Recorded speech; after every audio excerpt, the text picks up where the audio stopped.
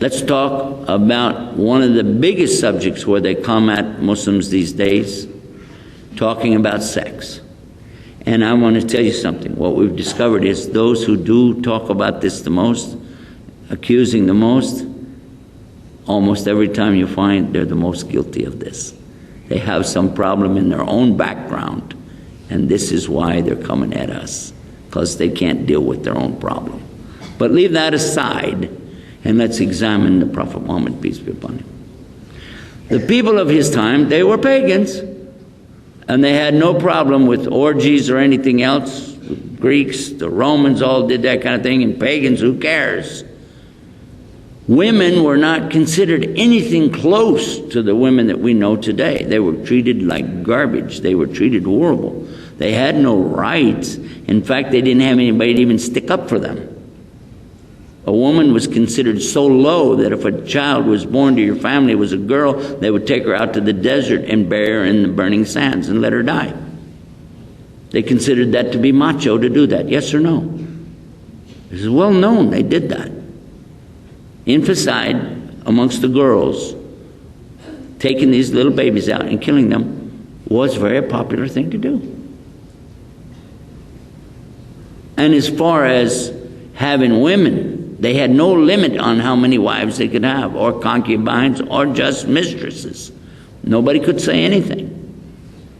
They could have all the girlfriends they wanted. Well, kind of like the United States today. There's no limit. Somebody tell me, what is the legal limit? They have a legal limit in the United States and Canada on how many deer you can shoot. They have a legal limit on how many fish you can catch. But they don't have any legal limit on how many girlfriends or boyfriend-girlfriends that you can have. No limit.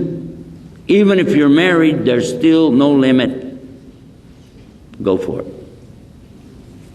But in the West, they have a law against having two wives. That's despicable. That's disgusting to have two wives. It's nasty. Get a couple of girlfriends.